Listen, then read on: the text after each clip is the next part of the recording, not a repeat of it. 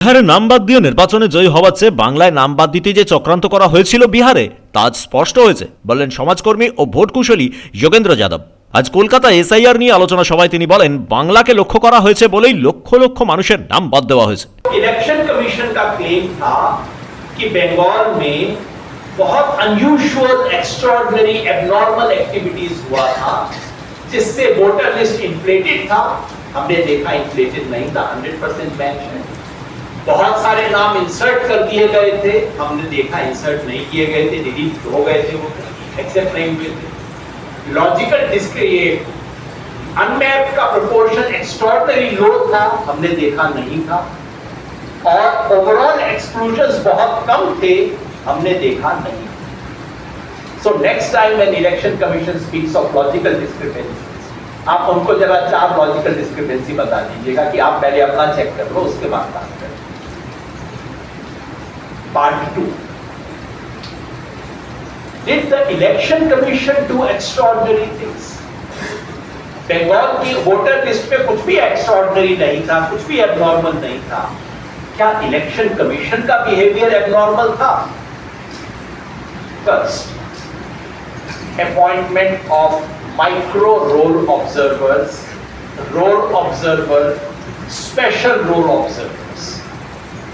How many micro role observers did you have in any other state? 0. How many micro role observers in West Bengal? 8,000. The educationist ফোরামের উদ্যোগে আলোচনা সভা ছিল আজ। সেখানে ছিলেন পরাকালা প্রভাকর, প্রশান্ত ভূষণ, অধ্যাপক ওম প্রকাশ মিশ্র, অখিল স্বামী, দেবনারায়ণ বন্দ্যোপাধ্যায়। আইনজীবী প্রশান্ত ভূষণ বলেন, এসআইআর প্রক্রিয়া বেআইনি। गाइडलाइंस में इलेक्शन कमीशन की गाइडलाइंस में लिखा था कि intensive revision door to door revision होगा, यानी कि बूथ लेवल ऑफिसर्स पुरानी वोटर लिस्ट लेकर डोर टू डोर जाएंगे, वहां पूछेंगे कि कौन यहाँ से इनमें से मर गया, कौन यहाँ से शिफ्ट हो गया, कौन नए लोग आ गए, और उस आधार पर उस पुरानी लिस्ट में फेरबदल किया जाएगा। और उसी इंटेंसिव रिवीजन में ये लिखा था कि उनके खुद के गाइडलाइंस में लिखा है कि 6 महीने कम से कम इंटेंसिव रिवीजन में लगते हैं।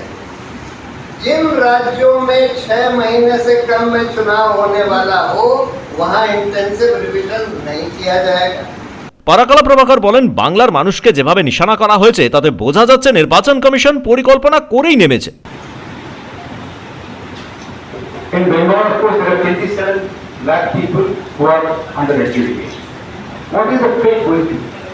I think tomorrow, the judiciary has a golden opportunity to tell the nation that, well, we are here to protect the cardinal principles of our constitution.